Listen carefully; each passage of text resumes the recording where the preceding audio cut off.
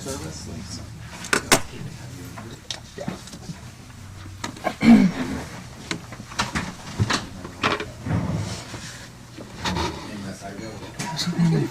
Yes. I didn't get my Jenny phone call. And you did get one last or 2 weeks ago, but you decided no. So I do have something I like. Nah, it is.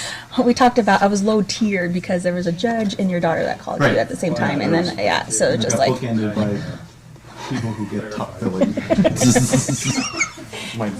yeah. Prioritization. Unless you can turn my right arm into an ATM machine like my daughter can. Yeah. You know what we call those in? I feel like that. Call those in Nebraska. What's that? ATM machines. Second? You know what we call those in Nebraska? That's where I'm from. Bank in the box. A bank in a box. Isn't that cute? Cute or hillbilly? I've come from some places with some phrases about things. You know, that was just like, I gotta stop at the bank in the box. At the bank in the box. I like that one. Hot in here. How are ya? Good. How's your house going? It's good. Foundation's in. Is it? Yep. Things. Yeah. Chris, there's still lots of rock on the road. Oh, yeah. He's like, I'm not gonna. Sorry, but I'm going to have to hog some space here. Yeah. Yeah. It's on the schedule this week. Thank you. Nobody puts pollen. Yeah. No, it's all good. Okay. You're busy. Not to be that guy, but all the concrete, the fields, and everything. Sure. Else is driving number 2. Yeah. No worries. But we're good.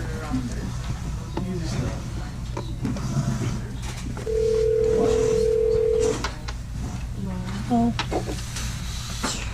Hello, Councilwoman Garvey. Can you hear me? No, sorry. A little late to the party. Don't worry. Paul, you're gonna have to unhook that. Look what? This issue. Or give me more stuff. Thank you. Tripping hazard over here.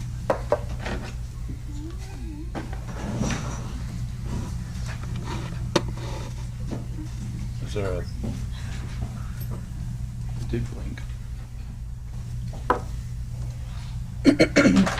Yeah, plug it in or my audio one second. You can call it, I'll call the meeting. Go ahead, Mary. Are we recording? No. I gotta wait for you, boss. What a day. I'm sorry. You can work. Now you're recording. All right. Call the meeting to order. Tiffany, please take the roll.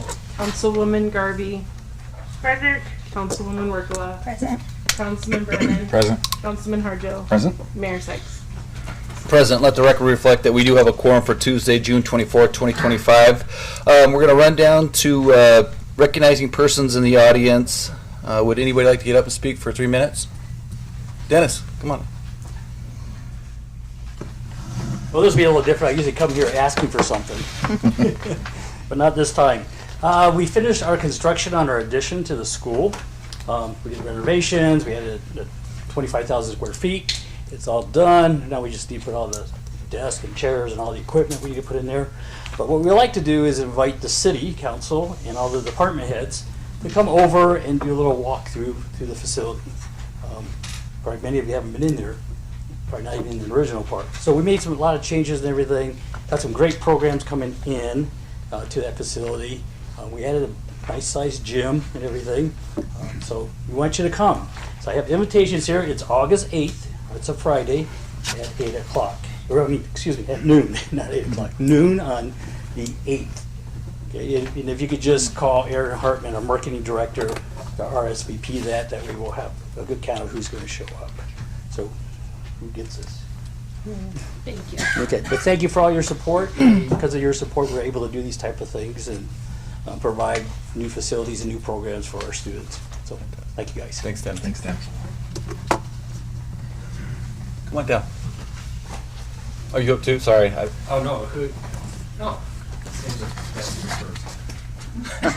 Mayor and Councilman, I just wanted to just clarify because I'm coming into this late, but I see an action item on here for old business about the hens, the quantity of hens on the 6-617. And are you guys going to be discussing it as the council today to determine how many hens can be done inside city limits? No. Okay. Because it's on here. So are you voting on it then? Is that what it means by action item? So this, I hate to say this, we can't do a Q&A right now. It's just you to address the council. This I isn't thought business. that this was the time to ask questions. No, I'm sorry. Can I ask questions later then? Not like, how do I say this? She could ask the questions now and then. Ask the questions now, and then we can probably answer them in the final comments. Oh, okay. So I would like to ask the council to not do less than 3 hens. Preferably, I'd like you to increase it if possible. So I really don't know what was discussed prior. Okay. That would be really great if the council would agree to have 5 hens instead of 3, because for families that are greater than 4, 3 hens doesn't produce enough really for a daily consumption of eggs. So I would just like to ask the council to take that in consideration. Thank you. Hi, Rod Dudley here. This is real brief. I just wanted to thank everybody involved in the pool. It's actually, it's absolutely gorgeous. My hope is that the city enjoys it. I know they've waited a long time for it, but I really am probably just as proud as you guys are to have it done. And funny story is it was the pool and weeds that started us in this involvement with the city council and the city.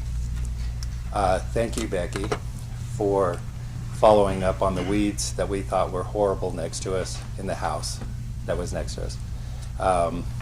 But because she followed up and cared, that's what got us started in really caring about what's going on in the city. So I wanted to thank every one of you for being here and letting us talk, and hopefully it's helped change the city enough to where others can join in the conversation, and that's what it's about. So thank you for your video. It was nice to see you, Mayor, show a side of you I hadn't seen, and that was a caring side, and you were light and happy, and I appreciate that. Thanks, everybody.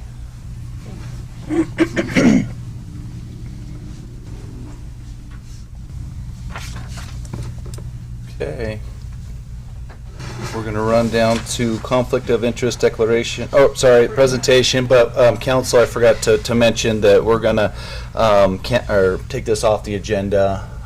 Tiff has. Yeah, Jennifer is unable to attend. Okay.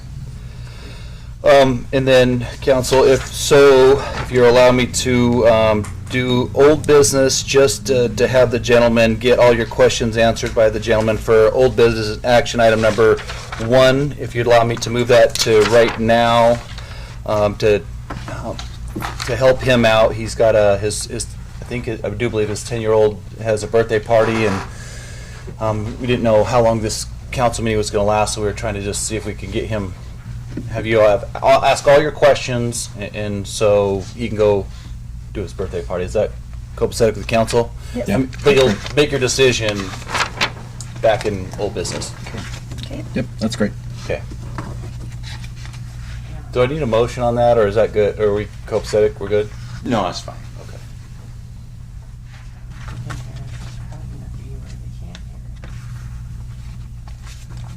Okay. I can hear you.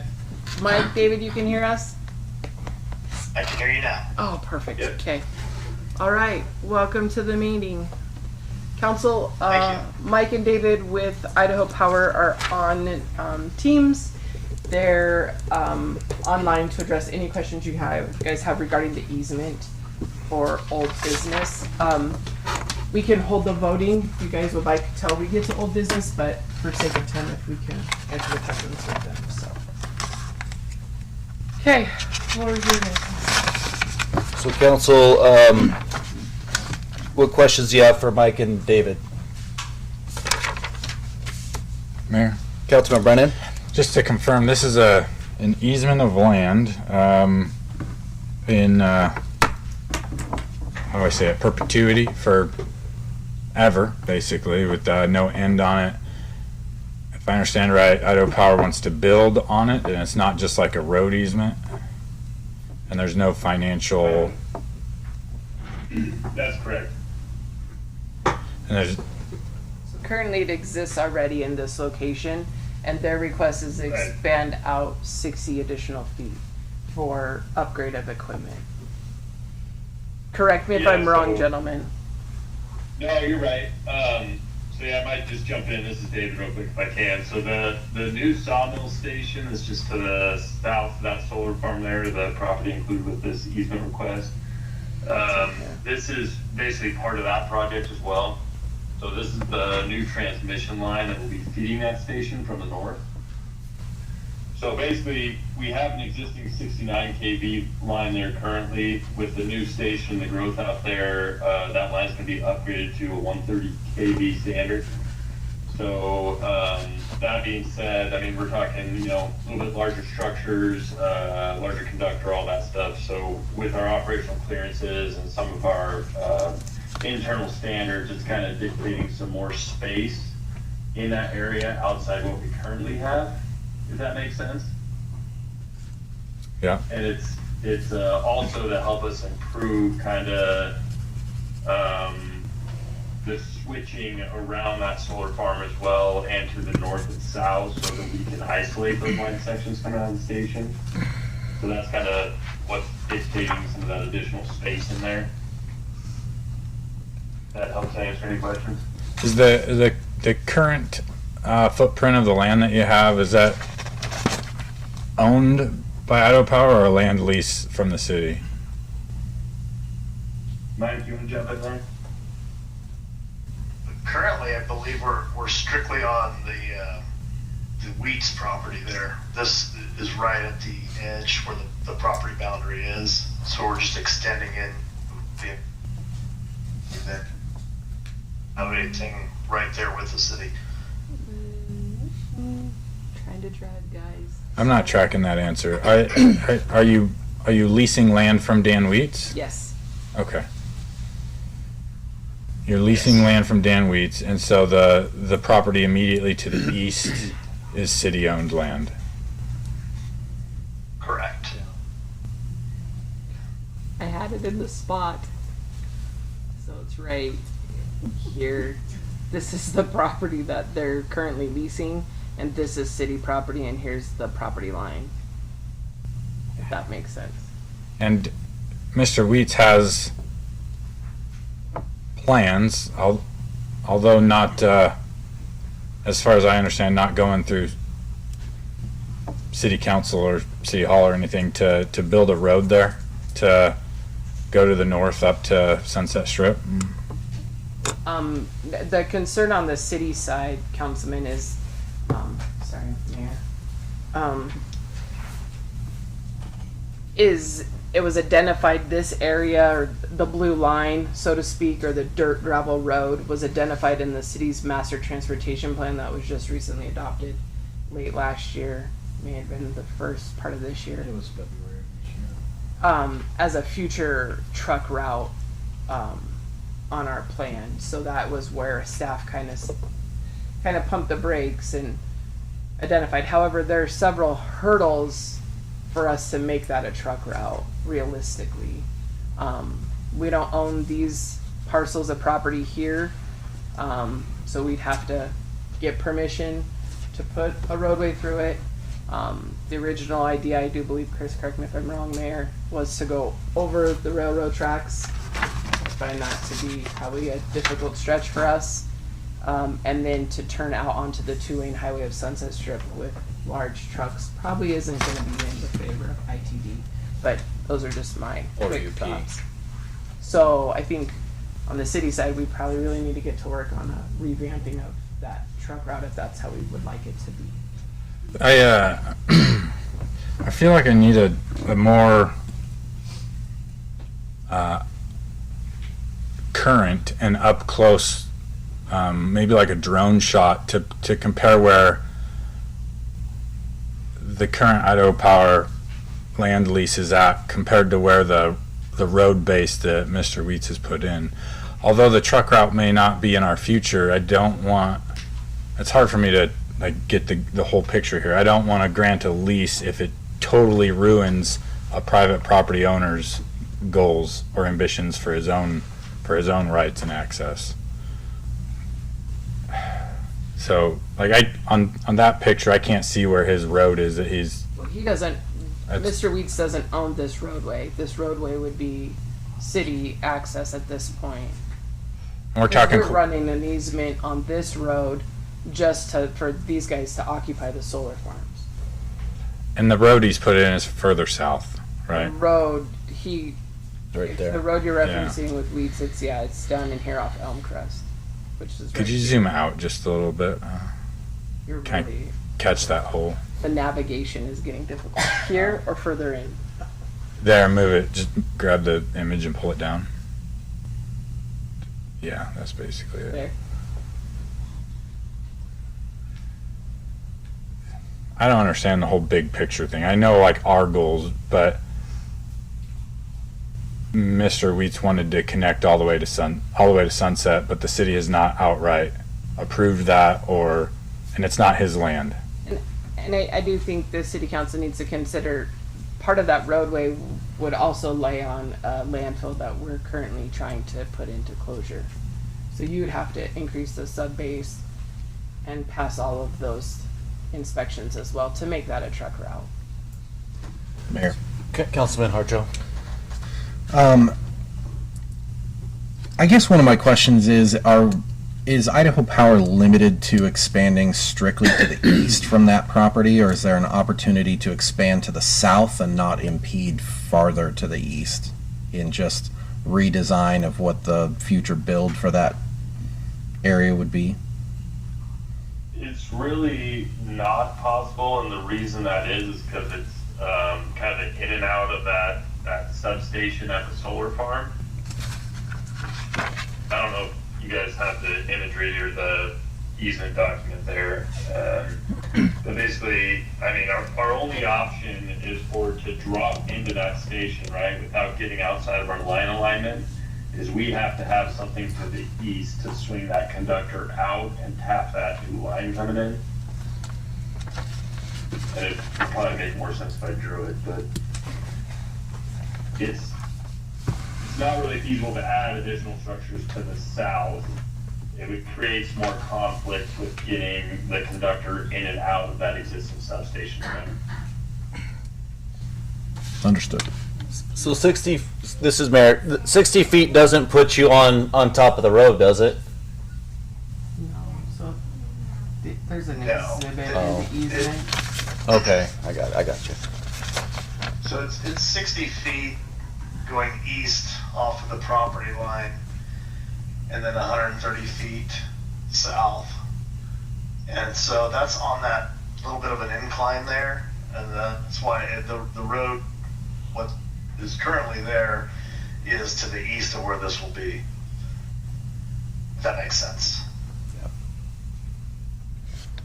I got you. Mayor. Councilman Harjo. So at most, if this were to pass today, and in that cone of uncertainty in the future, the city did choose to tackle creating a roadway there, having secured all of our necessary easements with the adjacent property owners and things, at worst, it appears that maybe there might be a relatively insignificant meander to that road.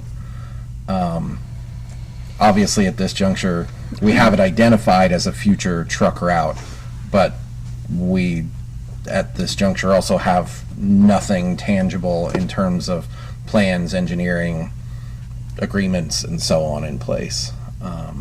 Would that summarize that, Chris? Okay, thank you. Go ahead.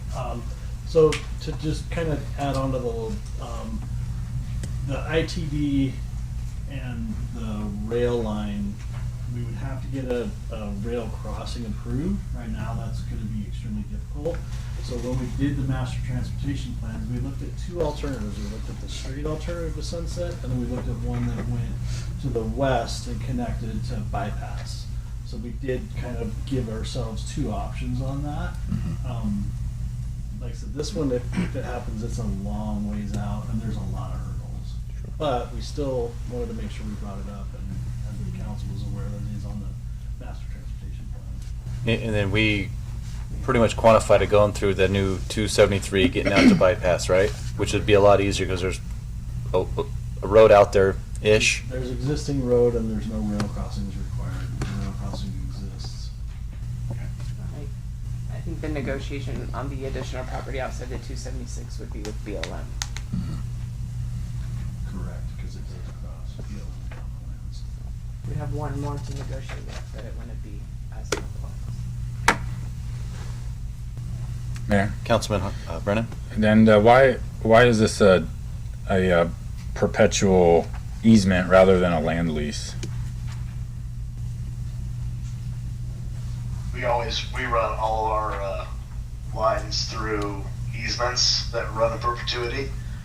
We typically don't remove transmission or distribution lines and change routes. So that's why we run them in perpetuity that way. Just like we make every developer give utility easements in perpetuity, right? It'd be for utility. Yeah. You wouldn't want to do more. Yes. Mayor, Councilwoman Garvey? excuse me. Is there not a reason why we couldn't do, and this might be a question for legal, more of like an easement by necessity or a prescriptive easement that specifies that we may need to take, or we would like to potentially take a portion of this land in the future for a truck route? Is that not possible? Paul? That isn't the way prescriptive easements work. You could buy an easement, but as far as prescriptive easement, you would have to prove that you've used it openly and obviously for a 20-year period at one point, then 5-year period, depending on when the timeline. Okay, but what about an easement by necessity? Well, an easement by necessity, that's a legal term of art, which generally means that it's landlocked. It's Okay. got about 5 elements, and that they are difficult to prove, but generally they're utilized when a private property is landlocked and doesn't have access to a road. I'm just trying to figure out, Yeah. not to interrupt Paul, I'm just trying to figure out maybe a way around this where we still have the ability to potentially do a truck route while allowing them to do what they need to do. I'm just looking through the different easements right now, so Yeah, bear with me here. the owner of the like, we can keep talking about them all. Generally, you would have the owner grant an easement in perpetuity for a road. Okay. That's an express easement. Mayor and Council, Mike and I have been kind of back and forth on this for several months, and knowing that we had identified it as a truck route, like I've had a lot of dialogue with him on if we could just add some verbiage regarding a potential truck route or if a roadway came through. However, again, it's kind of uncommon language. Really, the gravel road isn't considered a roadway today. And so for the potential what if roadway, how do you even write that in the easement for language? That's easy. Became kind of where Mike and I were. And so Paul might be able to whip up something. Yeah, just the owner of the property would grant. Maybe we can get it done. You just define the width of the road and the dimensions of it, and it's just like we do with any developer. For example, when they're developing a subdivision, you would provide that someday this is going to be a road here, but it won't connect until the adjoining property does whatever. So it's fairly easy to do. Which again, like, if we have to provide roadway width, what is that? Like, I don't think we've defined that. is it a 4-lane? Is it a 2-lane? Like, what is that roadway width? So if we have to produce that for these guys to move forward with their project, I don't know if staff can give you that information today. So, Mike, is there any compensation for this said land? Would you guys be willing to do any compensation for this land? We hadn't discussed it, but I'm sure we could work something out. I couldn't give you an exact dollar amount today, though. Okay. Go ahead, Councilman Brennan. I can definitely see their need for this, and I understand staff has told us that the truck route is not feasible anytime soon. But I feel like we could be jumping ahead of ourselves if it's in our plan. I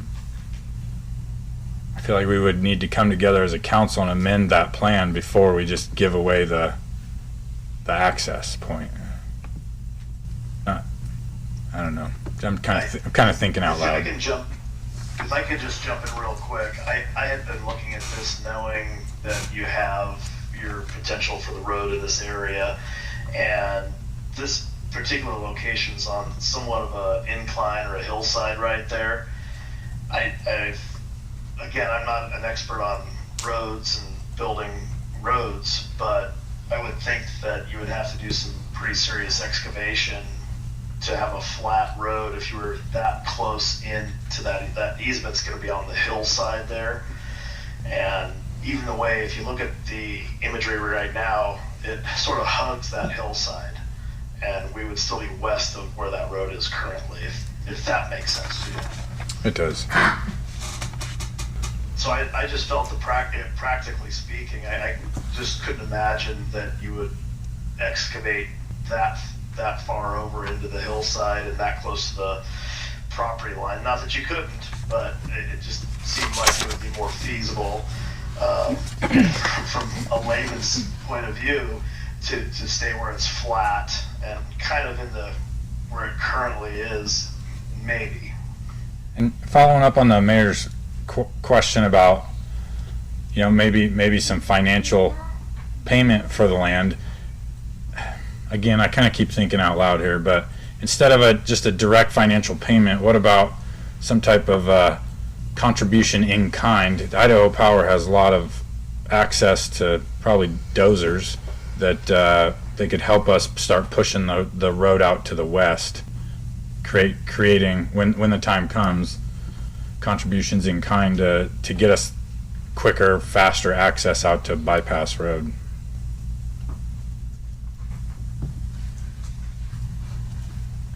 Can you clarify that? I'm not sure I'm following 100%. I might be volunteering you for something that you don't have the ability to talk about. Well, he wants us to use some dozers. Yeah, that's a lot bigger conversation. So instead of a financial, let's say instead of a check or some cash, it would be more in kind, where you have some of your people do some in kind work for the city or that road if we decide that that's the next future truck route. Like you'd help us level it or maybe throw in some gravel. I'm spitballing too now. Okay. Something like that. Some road signs and reflectors. I mean, dirt work's not cheap by any means. Right. Mayor. Councilman Harjo.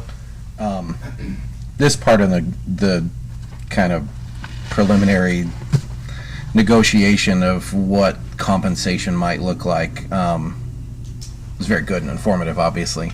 My question is that something that mayor and staff, if you guys would like to tackle with Idaho Power and maybe come to some consensus that can be presented back to the council, and we can weigh in on it at that time when we have something tangible and an agreement to consider? Yeah, I'm good. You good, Tiff? Yeah, I think if we're going to talk monetary, it would be probably the road maintenance on that gravel road out there would be, we already charged the solar farm. access and repair on that because we repair it internally on the city side. So if they would be willing to at least pay that portion of it, because gravel's not cheap. Maybe we could have them compensate it, and this is totally outside the line, but maybe compensate with us putting that crushed asphalt out there and oiling it, like we did with Smith Road. So, just food for thought, Mike and Dave. But I can definitely work it out with Mike. And Yeah, Oh, I think we yeah. can be creative to a certain extent. You know, I think it's a conversation David and I need to have, and then, you know, if that's something that you would like in return, you know, we could have that conversation. So let us, we'll get to that here in a little bit, and then we can discuss that. Does council have any more questions for Mike and David currently? None for me. Okay, well, I appreciate you guys jumping on and tell your boy happy birthday. Thank you very much. I appreciate it. Mike, I'll be in contact tomorrow. Thanks, Tiffany. Yep. Have a good night. Thanks for your time, Take guys. care, everybody. Thank you. Okay, we're gonna run down to conflict of interest declaration. Has any council received information pertaining to or otherwise had any contact with any person regarding any items of the city council? If so, please set forth nature of contact. Hearing none, we'll run down to budget presentations. We'll start with the Historical Society member, Chris.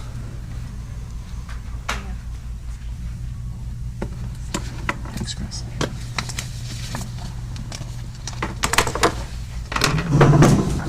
Ooh, that's gonna scratch floors. You guys gotta get some. Oh, thank you, Mayor and City Council, for allowing us this time for a presentation.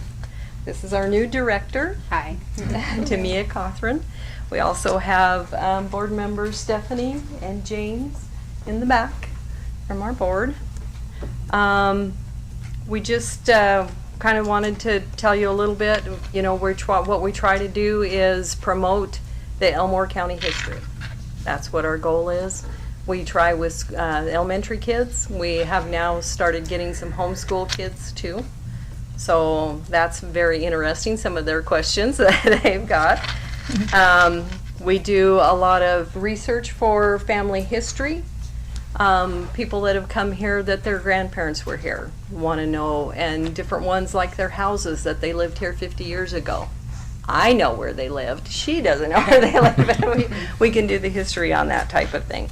We do a quarterly newsletter, which you guys get emailed to you, and then we mail them, and then we also take them to the RV park and to the visitor center and to the senior center. We get quite a few people that come from the RV park and the visitor center. So that's very nice to see, a lot of different places that they come from. We do a calendar. We also have a membership. And we also we have limited hours and days because we try to stay within our budget. So we don't have a whole lot of time, but you know, Mia tries to do the best she can with the time she's got. We passed out what she had done. She did a little newsletter, and that's just some of our conversations that we sell, and that's some of the city council, a few of the city council and the mayor, just little interviews with them. So we really appreciate your past support, and it was 7,000, and we really would appreciate that same support this year. Anything you'd like to add? I don't. Thank you, guys. Thank you. Thank you. Thank you very much. Ooh.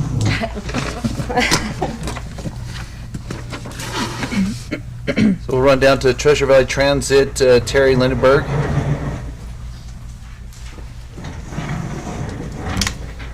Good evening, Mayor Sykes, members of the City Council. Thank you for allowing me to be here tonight. I have some exciting news. I'd like to start with the ridership. This past year, for calendar year 2024, we served 2,711 seniors, 814 disabled passengers, and 160 who were in wheelchairs, 202 youth, and 2,608 adults, for a total of 6,495 passengers. And so what I'd like to say is that it was in FY24 that we added the additional hour. And that went from a 5-hour route to a 6-hour route. And what we saw was the ridership jumped by 184%, 2,611 passengers, which was an incredible jump. One thing that occurred this past year was the Air Force Base route was eliminated due to lack of funding. What we were hoping to do was to have a fan pool where there would be a volunteer driver from the base who would continue the service. However, they could not find a volunteer driver. So what I did was took the savings. If you recall last year, I wondered if it was possible if the city would add 4 hours to the service. But with the savings, what I did as a pilot project was I added 2. I had received a small CARES Act award from ITD, which enabled me to match it. And what we've seen so far this year in just the 7 months that it started was almost 1,000 increase in ridership. So that's trending very well. So I feel it's been very successful. I hope that it continues. And I'd also like to share then, that we will have in effect have doubled ridership in the 2 years if this continues. And noting that 57% of the ridership is seniors and persons with disabilities, I think that's incredible. It allows seniors to age in place, and persons with disabilities, it gives them an independence that they normally wouldn't have. So I believe the value to the city of Mountain Home is very good. And I also know that this is something that ITD, when it releases the grant awards, and I apply for them every 2 years, it's something that they really look at for the rural communities, that we serve. I do want to say that in FY14, when the city operated 13 hours a day, now that was a while back, but we did serve almost 13,000 people. So for 8 hours to be trending toward 8,000, I think really shows there's also a reflection in growth and a reflection in need, for transit services. I do have some bad news in that the Mountain Home School District, who we've supported the last 3 years with their after-school program, that's no longer going to be renewed. So I just found that out, recently. So that was some disappointing news. One thing I want to share, and this I'm not sure of, but I shared the very good news last year that one of my CARES Act grants was for a Mountain Home bus. And that would be a savings to the city of Mountain Home in the 20% local match of between $40,000 and $50,000. Well, for some reason, that was put on hold. This, recently with some of the changes that have occurred through the Federal Transit Administration Regional Office. I've reached out several times, and I've heard that it's just a pause, but the problem is I was supposed to order that bus last October. So prices keep increasing. So I haven't been able to order the new bus. And with that, I'd like to go into, we ran a Facebook ad, a targeted ad, and this was with my small marketing grant, and it was really nice. This is just a picture of what went out on Facebook, and we got over 2,000 clicks.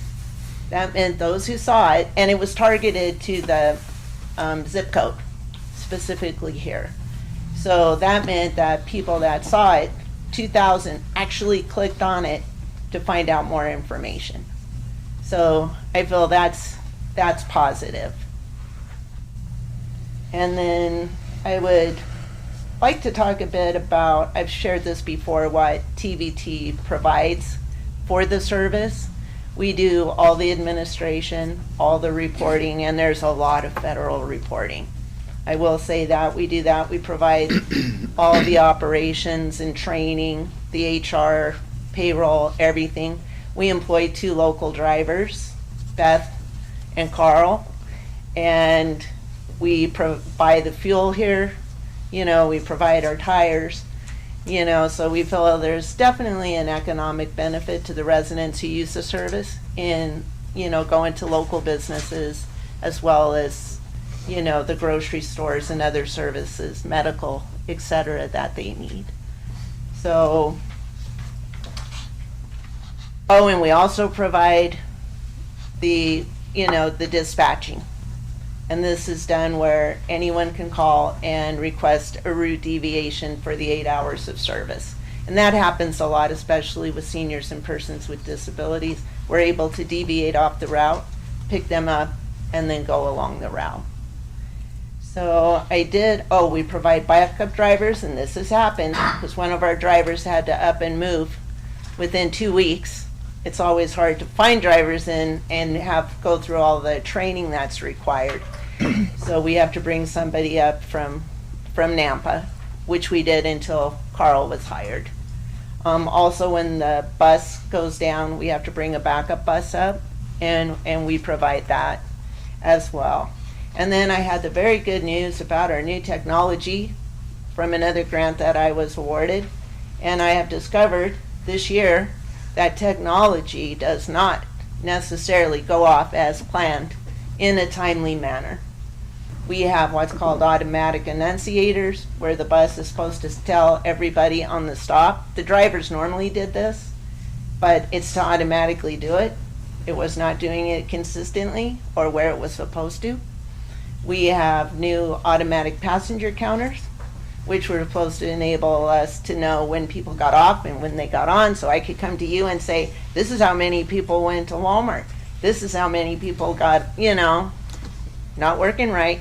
So we're still using the manual counts that we've always done, and I'm working closely now with ITD to help us move this forward. So it's been a real challenge.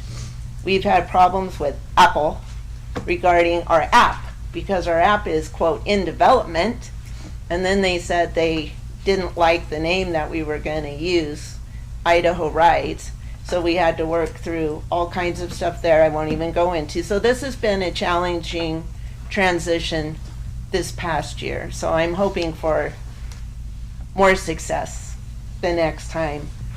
And then I also want to say that ITD, you know, awarded TVT last for 2024 their Hall of Fame Outstanding Public Transit System Award. And it's definitely a shared award, because without the support, you know, of the cities and counties that we serve, we wouldn't have that. So I'm very proud of that. They're also doing a video of TVT, and they're supposed to be highlighting our service areas. That hasn't gone as quickly as I was told it was, but it's in development right now. And I know the goal is to interview Mayor Sykes, so I'm excited about that, if that happens. So with that, I will leave it to any questions you may have about the service. Councilman Brennan? A couple questions for you. Sure. I really just want to seek your definition of ridership. Is that individual trips on the bus, yes, or is that the amount of passengers recurring use of the bus? It's exactly, it's per boarding. So somebody, for example, gets on in the morning, can get off, they may take the trip one way and not return. So it is the way that all national database, which is what we're required to do by the feds, is specific boardings. So we don't have a way of knowing. So it's the amount of one-way rides. Correct. Okay, and it's not, I forget the number, I apologize, but 2,000 plus people. It's passengers. Passengers. It's a lot fewer trips. Passengers, but it's more trips. Correct, probably. Okay. I would say. Okay, I just want to confirm that. And then, could you tell me a little bit more about the school district cuts? The Yes. program that they, What it was an after-school program where we dropped by the high school or the school and picked up those who were in after-school programs. It was to be for a 5 o'clock run and a 6 o'clock run. And this was funding that the school district had received, I think 4 years ago. And so we operated the service for 3 years because I believe it was a limited grant. And we were just told in April that it was not going to move forward. so you're picking up students from school after hours taken? After their after-school programs and returning them to their home. Okay, like individual front door drop-off kind of a thing? Exactly, Okay. yes. And are you in any kind of partnership? I think he snuck out early, but Richard McKenna School District? Any kind of Not at the partnership? moment. Have you approached them to talk about if they can provide any money for that? No, we just found out about it. Okay. And it was funded through a grant through the Mountain Home School District, so I don't know what they're attempting to do, as far as moving forward. Okay. So we were disappointed that that ended. Sure, thank you, that's all I got. Mayor? Councilman Hudjo? First, Terry, thank you for joining us today. I have one big thanks. There was some concern earlier in the year that that the bus was picking up and dropping off of the old Desert Sage location, and through some finagling through city staff and TBT, we were able to make sure that those pickups and drop-offs were happening at their new location, which by the community health workers and that staff over there, they are all ultra thankful for. So thank you guys for tackling that. One of the things that comes up frequently, Mountain Home does a monthly food distribution through the Idaho Food Bank, usually at one of our parks or something. And I get a lot of questions about if TBT's ride dispatch system would allow for pickup, and then on those scheduled like once a month dates, if TBT would be willing to head over to food distribution so those folks could pick up food and that kind of thing. Absolutely, I would just need to work out the logistics of it. Sure. But yes, and also would that be Monday through Friday, or would it be on a weekend? So it's typically on a Thursday. Okay. Right around, kind of centered around the noontime hour, sometimes just dictated by season and sunlight and that kind of thing. But it's usually, I want to say it's the third Thursday of the month, if I remember right, or the first Thursday of the month. I forget which schedule is which at the moment. But I'm certain that's something that we have a gal in-house here that's tackling that month over month, if we could. Those are the help arrange very those. things we want to be a part of that are so important. I can say that in the Payette Fruitland area, there was such an incredible demand once a month to be able to access groceries and stuff. And so we ended up putting on a small route on a Saturday to accommodate that, because there's a limit to how many grocery bags you can have on, the bus. And so that worked out really good for us. We want to be able to share in all of the community needs, especially when it comes to food and food insecurity and all that. So yes, I'll let my dispatch know that this is something we would be happy to do. Awesome, thank you. It also appears, I know I'm a talker, that the shift splits, around, I believe, the 1 o'clock hour or around there. So it is possible that we could do it with another driver if it was to delay the route, once we get into the logistics. So we'll certainly work it out. Sure. The question I have, Terry, is have you approached the Air Force Base for funding for that base route yet? Oh, yes, for years. Okay. And historically the way it was funded was through the Department of Defense passes. And what ended up happening is at first ended the non-military passes, which it had originally funded for spouses, kids, those that were utilizing it. And then we just saw a decrease in those, passes on a monthly basis. We met with the Air Force Base for approximately 2 years to say that, is there any other source of funding you can use, to assist us, because our deficit each year was based on the base.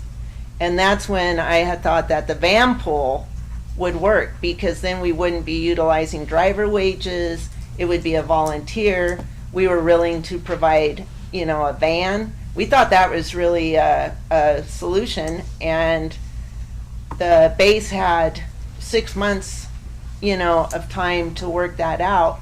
And when they asked the volunteers, the ones who were using the service, nobody wanted to be the volunteer driver.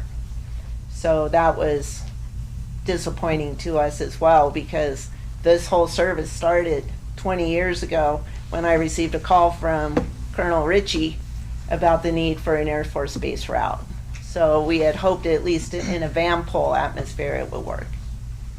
So currently, you're not getting any funding from the Air Force Base? No, and that's why they're getting zero service from us. Oh, I thought you said you did something for 1,000 riders for the base ridership. No. What we did was we added an hour to the city route. I see. Okay. And that all the ridership has been from the city. So there's no reflection this year at all, where previously there had been the base ridership and the city ridership. This is all city. Mayor. Councilwoman Workla? So every civic group that has approached us has told us what they're asking for. How much Yes. are you asking for? I am asking for 44,000. Do you have? And that includes the 9,000 increase for the additional 2 hours of service. Do you have a financial? Last year, did you provide us a financial breakdown? I did this year too. Okay. I emailed it. I would assume that you would have had it tonight, because I emailed it and sent it hard copy. But if you... We never got it. I have no hard copy Oh. either, Terry. Yeah, because I do that every year in April. Oh, well. That's why we found it I am odd. shocked. That's okay, I can make copies for you real quick. Okay, so, and this was some of my notes. There you go. Of course.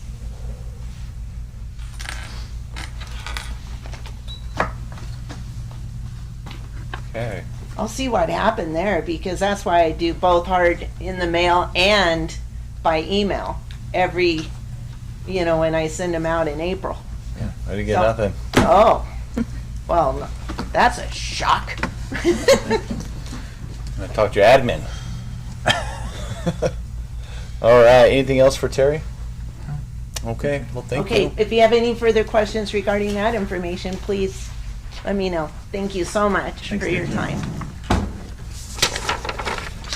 All right. We'll run down to item number 3 on the budget presentation: senior citizens meals on wheels. Lisa, Dan.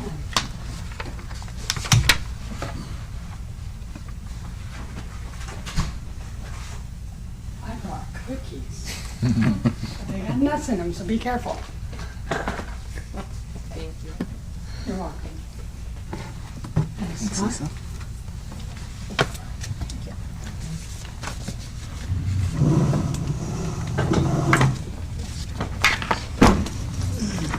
Along with Lisa Simpson, here this evening, I'm Dan Collins. I'm co-chair of the Board of Directors at the Senior Center. Mr. Mayor and members of the City Council, we'd like to thank you for this opportunity to speak with you about the importance of the city's continued support of the Mountain Home Senior Center. Over the past year, we've seen a significant increase in the community engagement. On the 3 days per week that we're open, we welcomed approximately 8,700 members and visitors. That's a 30% increase over last year. During this time, our kitchen prepared more than 15,100 meals, and both in center dining and the Meals on Wheels program, which serves homebound community members with the help of dedicated volunteers, such as our mayor. With growing participation, we expect to serve over 16,500 meals this year. Unfortunately, this growth comes with rising costs. Our food expenses alone have increased nearly 22% compared to April of last year. In response, our board of directors is preparing to raise the suggested donation for meals served at the center. As always, this donation is voluntary, and many are unable to contribute. To bridge the gap, we continue to rely on crucial support from the city, county, and generous grants, including those from partners like St. Luke's. Beyond food service, we face increasing costs in wages, utilities, insurance, maintenance, and supplies, all essential to providing a safe and welcoming place for the seniors to gather, socialize, and thrive. Our bus service remains an integral part of our mission, offering transportation to daily lunches, programs, and outings to keep our seniors active, connected, and engaged. With your ongoing support, we hope to sustain and expand these vital services. The Senior Center is more than a building. It's a community hub that fosters health, connection, and dignity for older residents. We especially remain committed to the Meals on Wheels program, which delivers not only nutrition, but companionship to those who cannot leave their homes. If you'd like to learn more about our programs or facilities, we urge you to please reach out to the center or connect with any board member, and we'd be more than happy to share about the impact of your support on our seniors' lives. With sincere gratitude, the Mountain Home Senior Center Board of Directors thanks you. We've also included in your packet that letter to you, which you can review. Also, our upcoming budgets for our food service and the center. And we've included schedules of events that we hand out to our people that come in, and the July lunch menu is also included in your packet. So if anyone would like to come to lunch sometime, I will pay for your lunch. I'd be more than happy to have you come and see our facility in action. So with that, questions? Good. All right. Thanks, guys. Great. Thank you, guys. Everybody, Thank you. see you tomorrow. Yes. 9:30.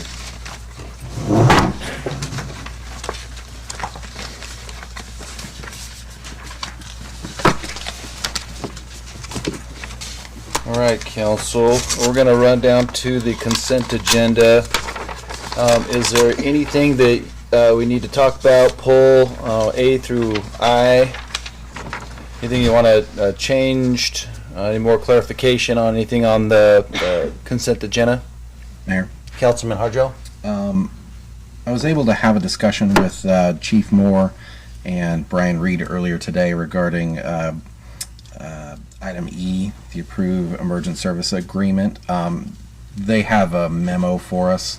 If you wouldn't mind pulling that one so we can just take a look at that and get a brief explanation of what that service entails, and I think we'll all be in agreement that this is a much needed service and at a very inexpensive cost.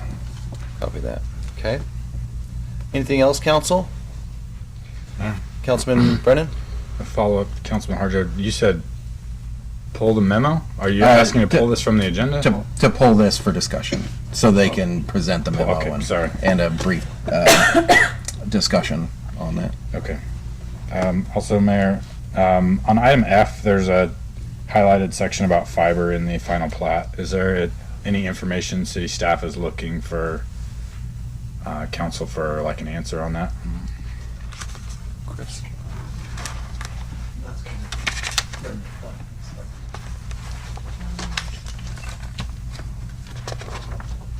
Oh, it's just, it's blank. Right? Council, go, come on down, yeah, sorry. On that particular item, it's just been overlooked. There was no comments from Fiber with regards to it. So I highlight those items as I go through to try and remember to tick them, and I just missed this particular one. Okay, so they still have the buy-in mandate for the new development and all that? Okay. Submitted all their fiber plan to us, yeah. Okay, that was my only question there. And Mayor, I'd like to pull item I.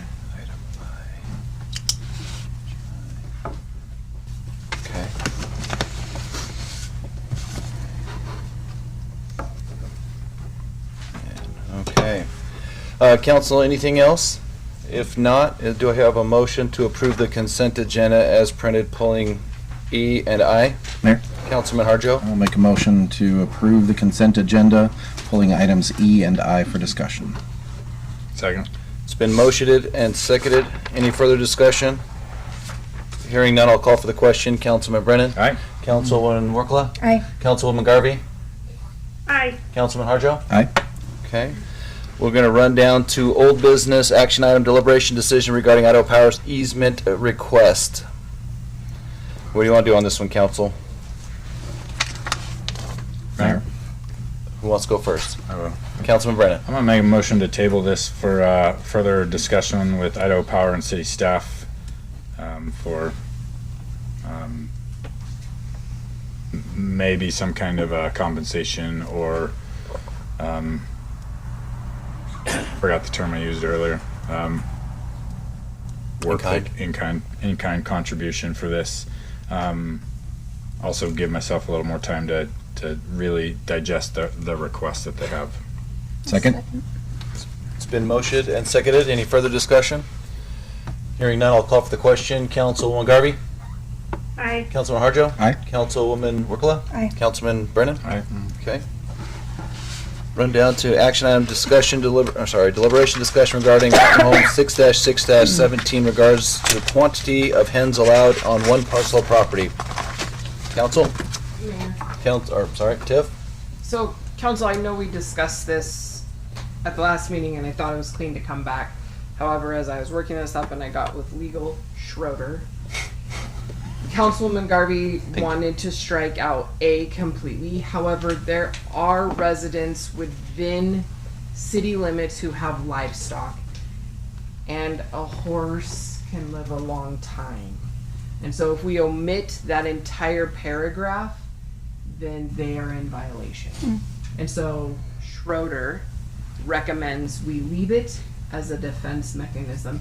However, if they're not supposed to replace their livestock, but legal has some authority now to kind of battle that. So. Okay, so that's the only reason it's back in front of you. I think I made all the other requested edits, other than I'm not sure you really want to omit A, unless you really do. But Mayor. Councilwoman Workla? So they'd be grandfathered in, it They sounds are. like, and then. that's what okay. that paragraph is saying. Yeah. Like, Okay. Mayor. Councilwoman Workla? All right, I'll make a motion to approve MHC 6-6-17 with the changes that are reflected currently. Second? Second. It's been motioned and seconded. Any further discussion? Mayor, for the community question that we had earlier, just want to say it went from 3 to 5 in this document here that we're voting on today. That's all. Chicken hens. Chicken. Yeah, not turkey hens. All right, it's been motioned and seconded. Any further discussion? Hearing none, I'll call for the question. Councilman Brennan? Aye. Councilman Harjo? Aye. Councilwoman Workla? Aye. Councilwoman Garvey? Aye. All right. Run down to new business. Items removed from the consent agenda. Item E, Councilman Harjo? Yes, Mayor. Chief Moore has a memo for us that gives a little bit more context to the emergent services contract that's in our packet. It's a fantastic software as a service for like a records management system. Chief Moore has done a lot of work looking these things up and doing comparative of other products, and has a memo for us to help explain. Chief Moore, the floor is yours. Mayor and council, what our request is, we would like to enter into this contract with Emergent. It's a record management system we currently do not have. It's something that would become very useful to us, and you can see listed there in bullet points several different aspects.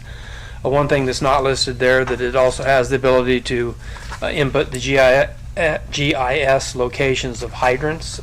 As we're responding to this, we'll be able to pull those up on the GIS from information that Mr. Matthews has already got for us. It allows us for tracking and inspections, things like that, in the fire marshal's job. He can track the inspections from year to year, and they'll also key them into when inspections are going to be coming due. In fire response, it has a module in there that will help us glean information that we don't necessarily always get through our dispatch here, due to whatever reasons. They don't necessarily get us all the information we need, so we spend a amount of time going back and trying to get information from them, that this will allow us to capture that information we're able to input while unseen. So it'll help a lot with that. Just a lot of neat things in there. Command module on there, so we can do a tracking job of when our engine's clear. From the incident command standpoint, it'd just be a great tool to have. Fleet management, we'll be able to track our apparatus, know when our oil changes are coming and that sort of thing. It also can extend into our SCBAs for their service work, PPE and that sort of thing. So just flags that are out there. And with this system in place, it's going to be something that is over there regardless whether we're over there. It's going to be a system that is in place for the city to have over there, so anybody can go in there and plug into it and be able to see where we're at and where we're going. So I can go on if you like, or stand for questions. Mayor. Councilwoman Merkla. How much does this cost? The cost on it is roughly $300 a year for this. It can expand. It is expandable if the city ever gets into the EMS side of things. It has a component that we'll be able to use for that. So it's yeah, you can't get much cheaper than $300 a year for this service. It does reoccur every year. It's a year-long contract that reoccurs every year. Mayor. Councilman Harjo. Thanks, Chief Moore. Especially at this price point, the capability that you guys will have to get into the modern era with reporting and data mining after the fact is fantastic. One question, I spoke to you this afternoon, between then and now that occurred to me, would you have any interest in asking Emergent Services if they would separate out the EMS terminology out of the contract, being that that's not a function that we perform or foresee we're going to perform anywhere in the near future? Recognizing that a bulk of the language in this contract is really focused at their EMS products. It was something I asked Paul about 4 minutes before this meeting started. That's how recent that thought was, so I apologize for the last second notice on that, but it was just something that maybe to have less muddy of a contract for those things that we don't fulfill. Certainly, I think that's a reasonable ask, and I'll ask the question and report back. Sure. Yeah. Councilman Brennan. Question for legal, Paul. Have you reviewed this contract? Yeah, I looked at it. Other than what Scott observes. Yeah. In using Councilman Harjo's words, a muddy contract, this is probably one of the muddiest I've seen as far as my ability to interpret it. There's no cost in here at all, right? Like, I don't think I missed it. There's no mention of how much we're bound to pay on the annual basis for the contract. Yeah. And for that, I'm a little hesitant to approve it. It wasn't my favorite contract. There's ones that I let go through because I didn't see any harm, but it isn't you know, it wouldn't be one that I would have written that way. Sure. So when we say $300 a year, we're signing a contract. How do we know that? Yeah. Do we need more clarification on the contract? Well, judging from Scott's point and then now yours, maybe, do you mind, what's the timeline on this thing? I mean, sooner than later. Again, I'm happy to wrote it? do that. They're emergent. Yeah, they're emergent. So I could, Correct. I mean, we've written like basically this contract for fire services. How many times? I mean, we could just take one of ours, dust it off, and put their name in it and call it good. Okay. That would be my request, not to delay it, right? The records management, I feel like it's probably not a immediate, this meeting must pass, but, and I'm fully supportive, but it needs to have a value or a price in it for me to sign off on it. Mayor, Councilwoman Workla? I agree. I feel like this is a template, right? Because underneath on page 8, or is that page 8? Underneath fees and payment terms, it just has in parentheses collective fees, and then quote fees. So, yeah, I agree. That's too big. And, you know, may lightning strike me down, but, because, you know, lawyers love words, it's awfully wordy. Yeah. I mean, it could probably be about 3 pages shorter, at least. But it's a farm agreement. I mean, you could tell what they are. Yeah. Councilman Brennan? I make a motion to table this request for clarification on the contract. Second. It's been motioned and seconded. Any further discussion? Hearing none, I'll call for the question. Councilwoman Workla? Aye. Councilwoman Garvey? There it is. Aye. Councilman Brennan? Aye. Councilman Harjo? Aye. Okay. Thanks, Chief. Thank you. Run down to item, new business item I, removed Councilman Brennan. All right, this is let's see, basically the request for a judicial confirmation, public hearing for judicial confirmation. As I've spoken in previous meetings, I'm going to hold tight to my request on that, is that I don't believe we've successfully completed LID number 1 or our first fiber project, and I'd like to see that be successful and completed before I'm willing to sign off on the second one getting started. It seems a little premature to me, and so I know we're still waiting for Clearwater Financial, is that right? Clearwater Analytics, what I forget, to get us a bank to fund it, and it hasn't been completed yet. Is that right? So my request would be to table this indefinitely until LID number 1 is completed. Is that a motion? Can I clarify? When we say definitely until LID is completed, like the final person in 12 years makes the last assessment payment 12 years, or like just until We get paid back. Yeah, until we get paid back and it shows to be successful. Okay. I don't know how I measure showing to be successful, but when we get the money and we now can turn that into LID number 2, then that's probably the point. In this ask was to go to the judge to see if they'll even grant us another LID. That was pretty much what that ask was for. So, but I got you. There's a motion, council. Do I have a second? Second. There's been motion and seconded. Any further discussion? Hearing none, I'll call for the question. Councilman Harjo? Aye. Councilwoman Workla? Aye. Councilwoman Garvey? Aye. Councilman Brennan? Aye. Okay. All right.